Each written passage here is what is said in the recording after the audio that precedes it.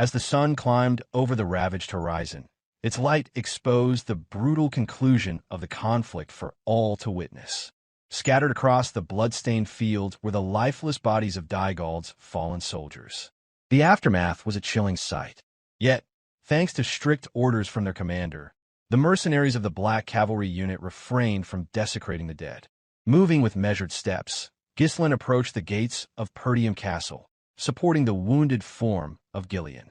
The old warrior had endured the unforgiving blade of Desmond's secret weapon, Victor, and barely clung to consciousness. The forces of Pertium surged out to receive their returning young lord. Despite the overwhelming odds, the smaller army of Pertium had emerged with barely any losses, their lines unbroken. Each soldier, bearing the mark of loyalty to their homeland, now bore the scars and exhaustion of a harrowing triumph. Ghislain's breath came shallow, and his posture revealed the strain of battle, yet he held his head high. It was the convergence of precise strategy, the unwavering commitment of his allies, and the strength of Pertium's foundation that granted him this first decisive victory in his new life. As his eyes swept the field, they met the gazes of his father, his uncle, and the enduring warriors who had guarded the wall. Their appearances reflected the trials they endured, worn, wounded, but not broken. They too struggled to accept the reality of their survival. The derisive title of Northern Scoundrel had dissolved from their hearts. Ghislain's eyes shifted to the right. Belinda stood uninjured. Though battered, Kair now stood unaided, defiant against his injuries. Behind them, the mercenaries held their expressions in a blend of disbelief and admiration. Each had been terrified when Ghislain had charged into the enemy lines alone. Now, seeing him standing, alive, victorious, they could finally breathe. He offered a tired smile, relief flooding his expression as he saw their faces unmarred by loss. Many had thought Ghislain mad for hurling himself into battle without restraint. Yet here he was, grinning as though the chaos had been nothing more than an exhilarating pastime. A whisper left his lips, a quiet question to no one in particular, wondering if everyone had truly made it out alive. At once, his silent reverie shattered. Belinda, Kair, and the rest of the mercenary company rushed toward him, cheering in euphoric unison. Their shouts echoed with praise for the young lord of Pertium. Each had watched him unleash devastation upon Daigald's forces and now swarmed him with victorious energy, and their spirits were uncontainable. Their voices interwove with disbelief and awe. One among them remarked that never before had he seen such a battle in all his years as a hired blade. Another gasped in amazement, recalling the towering inferno that consumed thousands of Daigald's troops in mere moments, an act that had seared itself into their memories. Seeing the blazing morale of his comrades, Ghislain understood the magnitude of what they had achieved. In response, he offered them heartfelt thanks for standing by his side during a conflict of such magnitude. Their loyalty and valor had played no small part in securing the victory, and he acknowledged their efforts without reservation.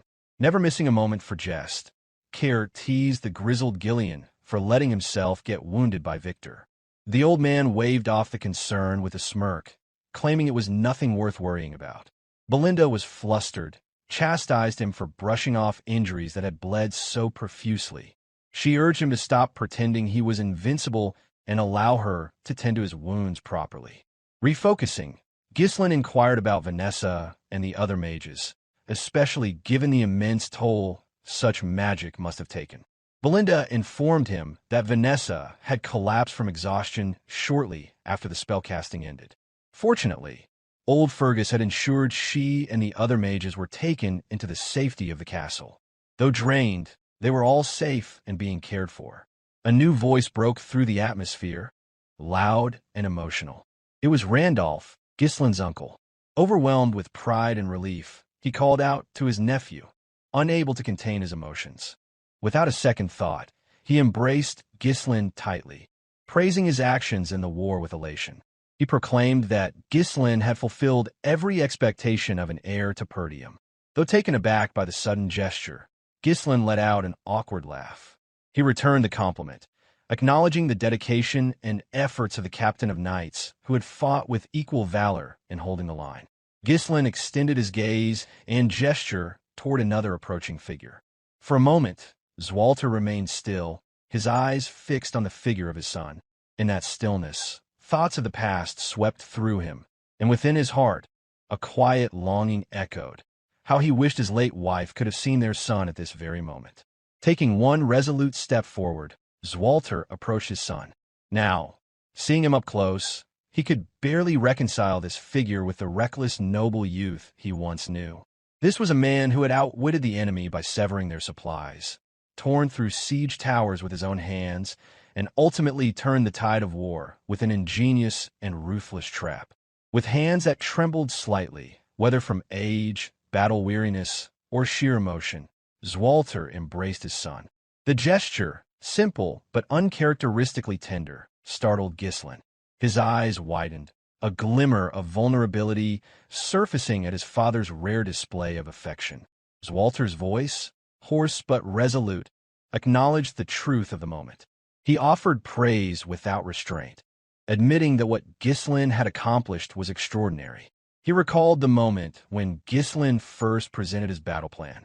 At the time, it had seemed beyond reason, reckless even. But now, in the aftermath of victory, Zwalter found himself marveling that his son had not only believed in such a gambit, but had executed it with precision. With a chuckle full of disbelief and admiration, he voiced his all aloud. In return, Ghislain expressed that none of it would have been possible without his father's trust and his unwavering defense of the wall.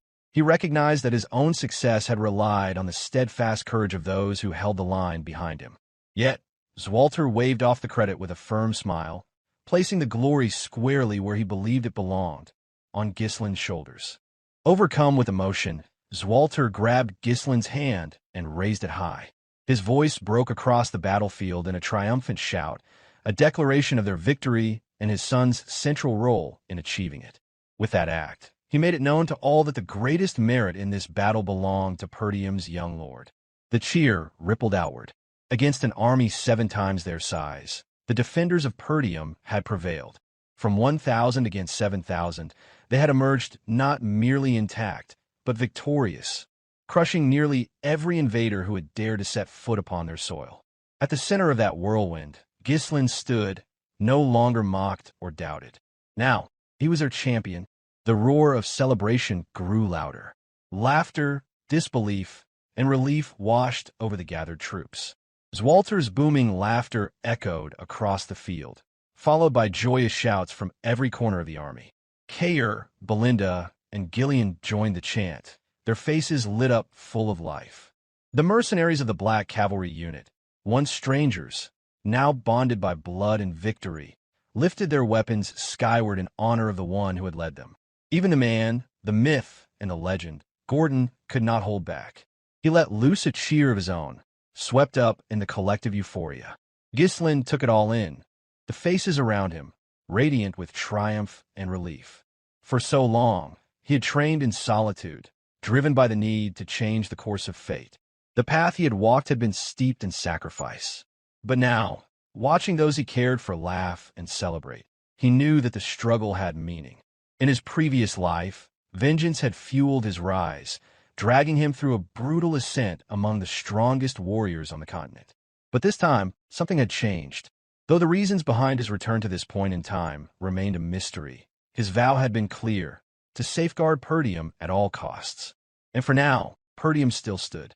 A flicker of emotion surged through him as his hand tightened into a trembling fist. This was only the beginning, just the first of many battles that would shape the fate of the northern lands. The looming threat of Count Desmond had not vanished. That cunning strategist would undoubtedly prepare further schemes in his bid to conquer the region. Behind him, the ambition of Duke Delphine lurked like a shadow, hungry for the forest of demonic beasts and the lands that stood between. And with the king stricken by illness, the throne had become but a hollow seat of power, leaving the realm ripe for the taking. As the triumphant chants and cheers gradually faded, Randolph remarked that it was time to pull the soldiers back and begin attending to the injured. At his side, Zwalter nodded in agreement and turned his attention to his son. He instructed Ghislain to call back the mercenaries and rest while he had the chance. However, Ghislain did not yield. His reply came swiftly and without a hint of compromise, causing Zwalter to snap back abruptly before falling silent to listen. Ghislain firmly asserted there was no time, emphasizing the urgent need to formally secure Count Dygald's surrender immediately. Zwalter dismissed the urgency, reassuring Ghislain that the matter could be addressed the following day. However, Ghislain countered sharply, insisting that waiting until tomorrow would be too late. He proposed setting off immediately for Dygald's territory with the mercenaries, requesting Zwalter grant him the authority of the Lord's proxy. Randolph recognized the gravity of invoking the Lord's proxy, but chose to remain silent. Zwalter, perplexed by Ghislain's insistence on haste, reminded Ghislain that the war had just concluded. He recommended Ghislain and his unit rest, acknowledging their evident fatigue. Typically, during territorial conflicts, each faction would carefully prepare to negotiate advantageous terms. However, only Ghislain fully understood the critical necessity for immediate action, so he firmly asserted that the war would not truly conclude until Count Dygald formally surrendered. Recognizing the gravity in Ghislain's tone, Zwalter ceased arguing and began carefully attending to his son's explanation. Ghislain added that Count Dygald had initiated hostilities explicitly to shatter their alliance and seize their territory. He emphasized that providing Dygald any respite or opportunity for reflection could prove perilous, as it might encourage a sudden renewal of aggression at any moment. This urgency compelled Ghislain to request the authority of the Lord's proxy, enabling an immediate strike and placing Perdium in a position to demand stringent compensatory conditions. Ghislain intended these terms to be severe enough that Count Dygald would never again risk aggression against Perdium. Meanwhile, Zwalter studied his son with quiet astonishment. This wasn't the brash noble he once doubted. Ghislain was thinking several moves ahead, far beyond celebration or sentiment. He was ensuring a victory that would last. At last, Zwalter gave his approval. He handed over the authority of the Lord's proxy, entrusting Ghislain to act in his stead and complete the campaign on Perdium's behalf. Ghislain responded with a subtle bow. Zwalter added one final instruction: treat Count Dygald with the courtesy due a nobleman who once stood as an ally. Whatever had transpired, Dygald was still a peer of the realm, and appearances mattered in the eyes of the kingdom. Ghislain had no intention of inciting his father's ire and told him not to worry. Just like when he ventured into the forest of demonic beasts, Ghislain would only do something questionable and ask for forgiveness afterward. Turning then to his comrades, Ghislain asked whether they were still able to move. Kair clapped a hand to his side and confirmed with a grin that his injuries were nothing but shallow scratches. Belinda also nodded, ready to march again. Gillian tried to join the vanguard, but Ghislain cut him off firmly, instructing him to rest and recover instead. With their orders in hand, Ghislain and his mercenaries mounted their steeds. The clatter of hooves on stone and earth rang out as the black cavalry unit formed up behind him. Ghislain gave a single command, and they moved out at full speed toward Dygald's territory. This was not just the end of skirmish.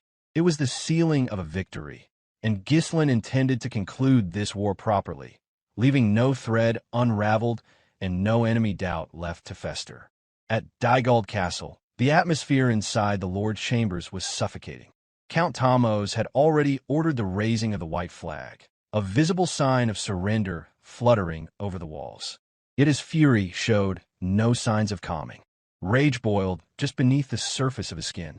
He had poured the entire financial lifeblood of his estate into this war, convinced that it would be a swift and glorious victory. Now, all of it had gone up in smoke, and the shame that clung to him was unbearable. His chest tightened, his vision blurred, as though the entire world had been swallowed by a thick, choking fog. He had once scoffed at Perdium, deriding it as little more than a rustic borderland ruled by a relic of honor and outdated tradition. He could scarcely believe it. How in all the realms could Count Desmond, the one known as the Northern Beast, the strongest in the region, fail to face those Perdium bastards? One of his most loyal officials, Lowell pleaded with his lord to compose himself, to see reason and preserve what dignity and structure remained. But Thamos, lost to his anger, barked back that nothing about the current situation warranted calm. What good was composure when everything around him was collapsing. His voice boomed again through the chamber as he barked an order for Lowell to stop wasting time and begin preparations for the surrender negotiations. When the confused official hesitated, asking what he meant, Tamos snapped. They would offer reparations. Surely Count Perdium, with his obsession for honor and formalities, would accept terms and retreat. After all, Perdium was not flush with wealth. Tamos assumed that with the right offers on the table, Zwalter would take the bait. It was simple. Cast Desmond as the real villain, absolve himself, and salvage what he could of his house. But Lowell's face paled further as he hesitantly revealed that his treasury was empty. Every coin had been poured into the campaign.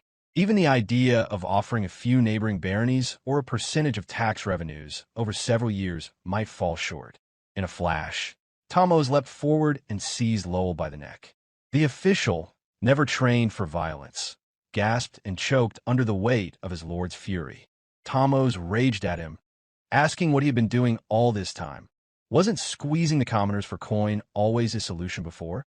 Why not now?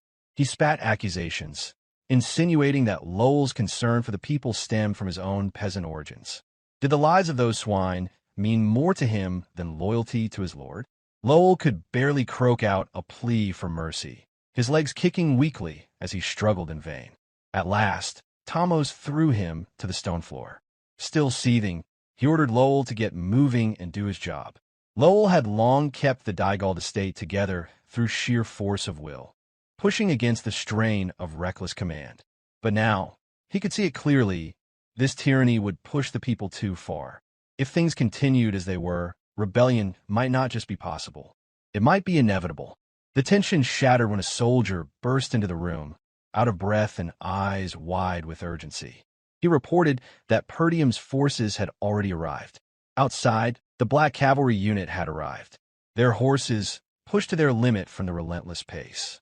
Yet they stood firm. Ghislain had led his force from the battlefield straight to the heart of enemy territory. Soon, the mercenaries entered the grand audience hall, forming into precise ranks along each wall, two straight lines of warriors clad in grit and blood. Not a single soul within the castle dared to lift a hand against them. No steward, no knight, not even a guard. None had the courage to stop them. At the far end of the hall, Count Tamos sat stiffly upon his seat, his posture forced, his pride barely holding together. Despite the surrender, he still clung to his title, to his station, trying to exude the air of a lord unfazed by loss. But beneath that veneer, his mind raced. How had Perdium arrived so quickly? How had they crossed the miles in time to beat even his surrender preparations? He began to rationalize, hoping perhaps that it was Zwalter who had come personally, bringing the remnants of his elite troops for the negotiations. That would explain the presence of the Black Cavalry. That would at least restore a sense of predictability. But those thoughts shattered the moment he saw who entered the hall. It was not the season count. It was Ghislain, clad entirely in pitch-black armor, and only his helmet was absent, revealing a blood-streaked face that bore no signs of fatigue, only grim determination. Flanked closely by two figures, Kair on his left, Belinda on his right. The young man moved with confident, unflinching strides. He called out to Count Tamos Dygald, formally asking whether he was prepared to begin surrender negotiations. Though his tone remained within the bounds of diplomatic courtesy, his eyes told another story entirely. Ice-cold disdain radiated from his gaze. He asked why Zwalter himself had not come to conduct the negotiations, and why, instead, he had sent his son in his place. Ghislain explained that his father was presently occupied with restoring order and tending to the wounded within Perdium's borders. Therefore, as the appointed proxy of the Lord of Perdium, Ghislain had come to finalize the negotiations in his stead. Now, the very same scoundrel had appeared as Perdium's official envoy, leading the feared Black Cavalry unit. Tamos's disbelief had barely settled when Ghislain ordered his mercenaries to drag